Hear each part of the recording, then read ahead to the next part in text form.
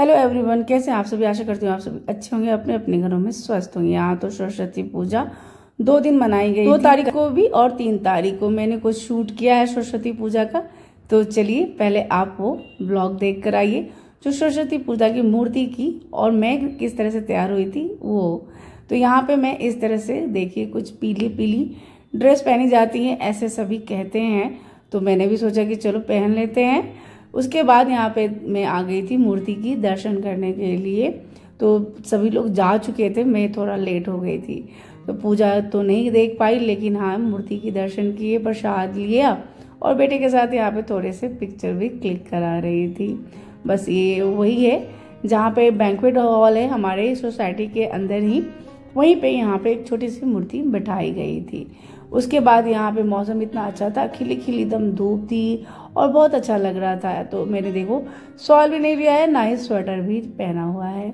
तो सोचा थोड़ा सा वॉक कर लूँ, तबीयत इतनी ज़्यादा ख़राब चल रही है कुछ दिनों से। घर में ही सारा टाइम बैठे बैठे चला जाता है, बैठे बैठे नहीं मतलब काम तो करती ही रहती हूँ, ब्लॉगिंग का भी वीडियो शूट करती हूँ, रेसिपी का भी वीडियो शूट करती हूँ और घर के सारे जो काम है वो करती हूँ। तो टाइम तो वैसे भी नहीं मिलता है। नीचे आई थी तो मौसम अच्छा था तो सोचा थोड़ा सा वॉक भी कर लेती हूँ। उसके बाद आके फिर लंच की तैयारी में देखो मैं लग गई। तो यहाँ पे मैं आटे को इस तरह से देखो मल रही हूँ। आप मुझे बताना आटे को मलने के बाद इसे प्रणाम करते हैं क्या। किसी ने मुझे बोला कि इस तरह से जब हम आटे को मलते हैं, मैसते हैं, मारते हैं ना, तो फिर इस तरह से अनाज है ना तो अनादर ना हो, इसलिए प्रणाम करके जरूर रख लेना चाहिए। बेटे को मेरे मटर पूरी खाने का बहुत मन कर रहा था, उसे बहुत ज़्यादा पसंद था। तो मैंने कहा कि चलो मटर की कचौड़ी बना देते हैं। आलू और टमाटर की सब्जी साथ में बनाई थी और नीचे प्रसाद में ये जो लड्डू मिला था, यही था हमारा बसंत पंचमी का लंच।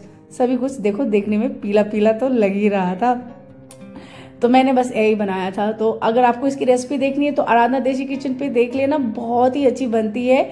मैंने बहुत डिटेल में और बहुत अच्छे से बनाया है, आप जरूर जाके देख लेना। उसके बाद खाना खाने के बाद बर्तनों को समेटा, अपने अपने जगह पे इन्हें रखा। अगर ना रखे तो ये तो वहीं का वहीं रहता ही है, कौन इन्हें समेटेगा अगर हम ना समेटे। तो एक ये चीज़ है जो अगर ना की जाए तो वो अपने जगह पे हटती ही नहीं है। और एक और चीज़ है जो अगर हम कुछ भी ना करें तो भी बढ़ती जाती है पर रुकने का नाम ही नहीं लेती है। आप मुझे बताना मैं किस चीज़ की बात कर रही हूँ जिसे हम रोक नहीं सकते, लेकिन वो हम कुछ कर भी नहीं सकते, अपने आप वो बढ़ती ही जाती रहती है। तो बस यहाँ पे मैं वो सारे बर्तनों को अपने अपने जगह पे रख रही थी। हम लोग हैं जो घर को इस तरह से समेट कर रखते हैं, संभाल कर रखते हैं, नहीं तो हमारे घर को कौन ही इतना देखने और संभालने समेटने वाला है। ऐसा नहीं है कि मुझे घर का काम पसंद नहीं है, आप देख ही रहे हो मैं किस तरह से घर का सारा काम करती हूँ। मुझे भी साफ़ सफाई और घर को मेंटेन रखना बहुत ज़्यादा पसंद है, लेकिन कभी कभी बोर हो जाते हैं एक ही काम को बार बार रिपीटली करते हुए। जैसे कि ये बर्तनों का काम है, जैसे कि ये खाने पीने का काम है, ये तो कभी ख़त्म होता ही नहीं है। तो यहाँ पे हमारा जो डेली रूटीन का जो मसाला है वो ख़त्म हो गया था, तो वही धनिया को हल्का सा गर्म करके मैं इसका पाउडर बना रही थी। पहले मैं बाहर मार्केट से ही लेके आया करती थी, मैं चाहे कितनी भी कोशिश कर लूँ मेरी सब्जी में स्वाद आता ही नहीं था। फिर जब से मैंने ये मसाला घर में ही बनाना स्टार्ट किया ना, तब से तो बहुत ही अच्छा बनता है।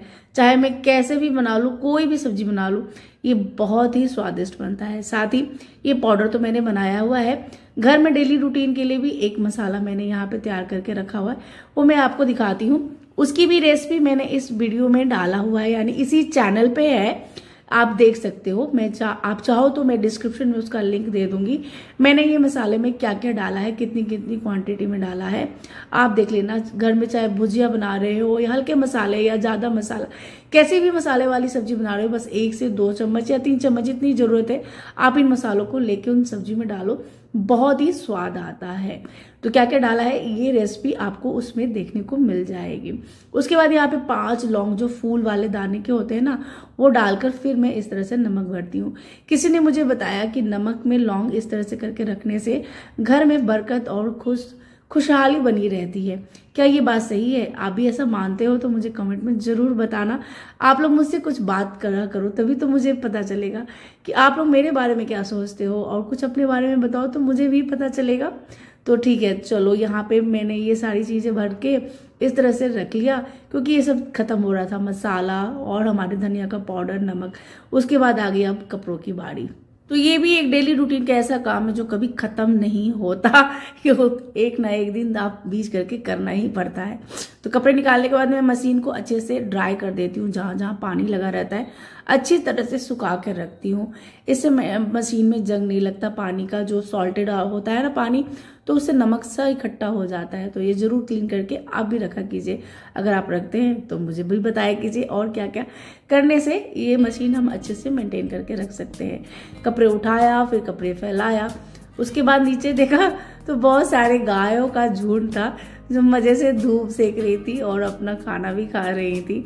तो अच्छा लगा देख के कि चलो इनके लिए कुछ तो अच्छा है, यहाँ पे खुला मैदान में खाने का और पीने का दोनों ही इंतजाम है। ये देखो लाइन लगा के खाना खाने के बाद अब ये चली पानी पीने के लिए। तो यहाँ पे थोड़ी दूर पे पानी का एक पॉन्ड ऐसा है छोटा सा बना हुआ, ये वही जा रही हैं सब पानी पीने के लिए। मैं आपको अभी दिखाती हूँ, ये देखो कितना बड़ा सा ये पॉन्ड है। यहाँ पे पानी भी पीती है और नहाती भी है सब मजे से धूप में अच्छा एंजॉय कर लेती हैं ये लोग। उसके बाद बस शाम के 5 या 6 बज गए थे, मैं थक गई और उसके बाद थोड़ी देर के लिए अपने बेड पे चली आई थी। सर्दियों का टाइम है तो बस थकान तो हो ही जाती है इतना सारा काम करके। उसके बाद बस मन करता है कि रजाई ओढ़ के चुपचाप से बैठ जाओ। तो ब्लॉग खत्म करने से पहले वो बात बता दूं जो मैंने आपसे पूछी थी कि वो ऐसी कौन सी चीज है जो बिना कुछ किए अपने आप बढ़ती जाती है। तो वो है उम्र। उम्र जिसे हम ना रोक सकते हैं ना टोक सकते हैं, बस वो बढ़ती ही जाती है। चैनल पे अभी आए हो तो सब्सक्राइब कर लो और ब्लॉग अच्छा लगा हो तो लाइक देके जाना। मिलती हो नेक्स्ट ब्लॉग में एक अच्छे से ब्लॉग के साथ।